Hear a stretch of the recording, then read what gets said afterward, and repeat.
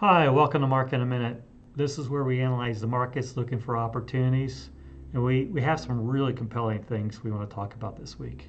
So, we think there's going to be a big rotation in the markets from the overvalued large cap companies to the rest of the overall market. So, we're going to emphasize in our portfolios RSP or the blue chip stocks next year at the beginning of the year. The other opportunity we see is that Argentina, believe it or not, Argentina may be back. So we'll talk about that in a minute. The stock market, we were looking for a big seasonal rally. We got it, baby. Yeah, we got it. So the market's up about 11% from the low in October. And, the market's convinced that the Fed is done raising rates this cycle. We believe that to be the case as well. However, what we can't buy into is the consensus earnings on the S&P 500 next year of $246. So that's too high. So we see the last 3 years, the very little growth this year versus last year, very little growth in earnings. Although the economy was reasonable, up 2.3% this year, a lot of that growth has been driven by the government. So half the growth in the economy came from the government. So without the government, the rest of the economy would have grown about 1.2%. So what's going to happen next year? With the interest rates being higher, we think that it plays out where we likely go into a recession sometime in the middle of the year. And so you have to be selective on what you're buying. So we think the rotation to more conservative companies that are attractively valued may perform very well in the first half of the year and then hold up better as if we do go into a recession.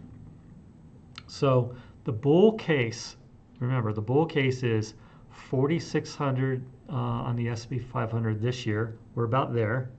And then for next year, 5,400 on the S&P. So that's up 18%. So the bull case this year, up about 1% left. We think it's pretty much discounted. Maybe there's some more upside to it. Next year, up 18. That's not going to happen. You need some significant rotation to get good returns next year, and it's set up that way. We think it's more likely 4,900 on the S&P, up about 7%, is probably about as good as it's going to get. Remember, we are also in election year, where the election year is usually very volatile and up about 6% on election years. If we have a recession, the market's probably going to have negative returns at some point next year. And as the Fed cuts rates, we get a nice spring back, hopefully. So the technicals of the market. As I said, the market's up about 11% from the bottom in October. You can see this nice move through the 200-day moving average and then almost up to where it peaked out in July. So we think if it breaks through this resistance level, maybe there's some more to go before year end. We would like to buy it down here where the support line is, around 43.70 for the next move up. So that's where the 20-day moving average and the 50-day moving average is. So we want to be a little bit more defensive currently with this big rally in the S&P, overbought condition, and not a lot of upside left to this year in terms of where we think it's going to go. So the big rotation. This is a little complicated, so I'm going to walk you through this. So 2022, the equal weighted S&P, so the smaller names in the S&P, not the Microsofts and the Nvidias, Amazon, etc. These are Apple. These are smaller companies in the S&P, like Procter and Gamble, right? Smaller ones.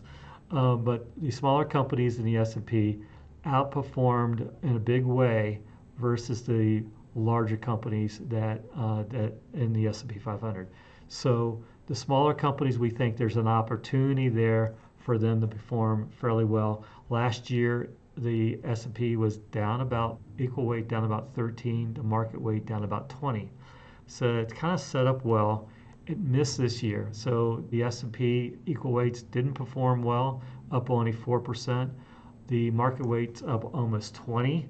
So that's a big divergence between the two.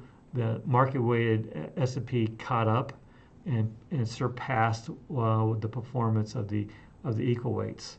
Now we think it's going to reverse itself again. So next year we think that the equal weights will likely outperform the S&P 500 market weights. So you want to overweight those quality names in the S&P 500, and those quality names are good blue chip companies that trade at really attractive valuations now.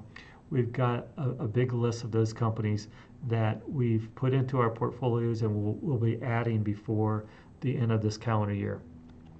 So Argentina, this is really interesting. So look at the currency of Argentina. So this is about 20 years ago or so. The currency was about 0.35 to the dollar. Now it's 0.0028 to the dollar. The currency has dropped over 99%.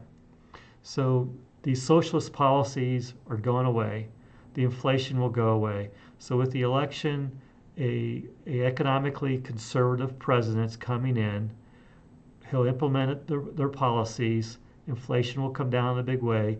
You will likely see international investments come back to Argentina. Those companies down there are so misvalued.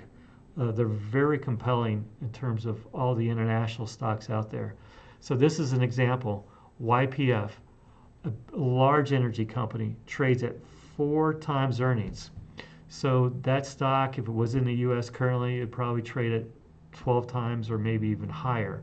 So there's a big opportunity here in the Argentina stock market and individual stocks to buy good quality companies as their interest rates drop, their inflation drops, and growth picks back up in that country.